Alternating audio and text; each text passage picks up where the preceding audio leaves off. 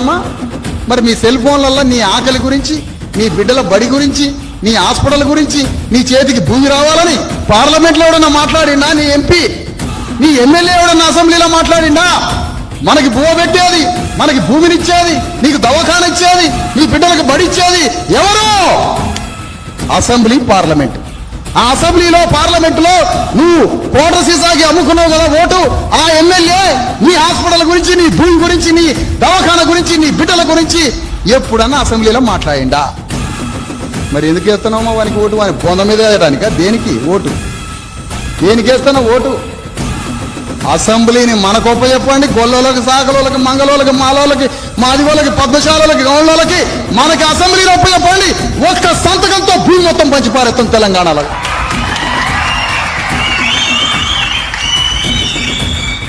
ఒక్క సంతకంతో 10,000 గ్రామాలలో హాస్పిటల్ కడతాం.